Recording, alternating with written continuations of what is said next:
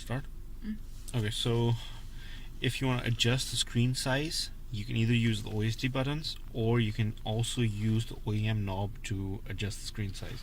For this, you'll need to have the USB disconnected, and you need to be in our home screen, and you need to press the enter button or the knob button 5 times quickly. So 1, 2, 3, 4, 5 should up again.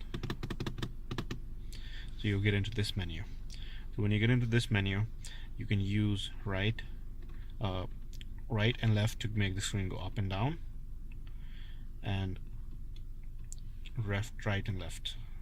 And you need to make sure that the green edges are equally seen.